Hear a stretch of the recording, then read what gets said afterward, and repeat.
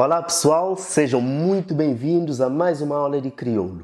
Hoje temos uma missão especial, aprender a ler em crioulo. Não importa se você está começando ou já sabe um pouco do idioma, este é o momento de praticar para quem quer entender melhor o ritmo e a pronúncia desta linda idioma, recitando para vocês um poema escrito pelo atual presidente da República de Cabo Verde, José Maria Neves. Neste vídeo curto vou te guiar então pela leitura, mostrando como as palavras se conectam e ganham vida no crioulo.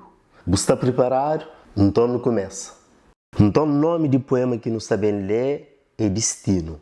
O poema está assim: Destino, me convidamos para no baiana na areia. Um job para mar, farol e barco lembrando, destino de minhas irmãos.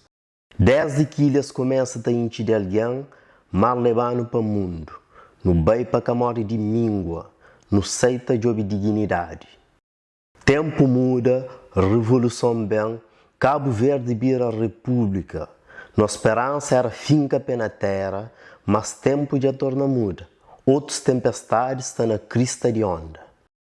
Me convidam para no bem anda na areia, enchente dentro de mim um coisa triste, te ainda nunca sabe explica. Hoje nosso destino está de novo, na mar e no céu, panha barco para andar no mundo, busca avião e caminha para a liberdade. Sim, não vai andar na areia, não está bem cubo, não entra na mar, não lava limpo, e nunca sabe se é bom ou mau. Mambá nosso destino é mostra a humanidade, mas sempre não foi cidadão do mundo. Mar nunca que se parando, areia todo dia está mostrando o caminho.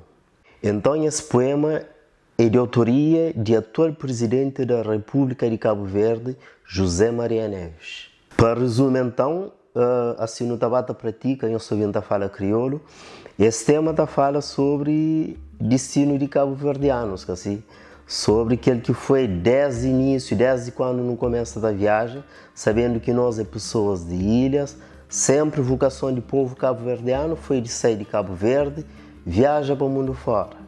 Que lá foi o que nós avós fazem, gerações passadas fazem e continua a ser destino de um cabo-verdiano que cada vive tudo se vira, cada crepassa tudo se vira, riba que as ilhas de Cabo Verde.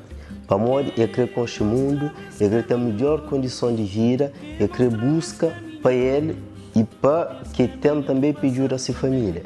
Que é destino do povo cabo-verdiano que começa a viagem desde o tempo antigo que está a perdurar. Para modo, está chegando a determinado momento de nossa vida que não crê, sei, para não ter uma visão mais alargada do que é o mundo, para nunca ficar só na Cabo Verde.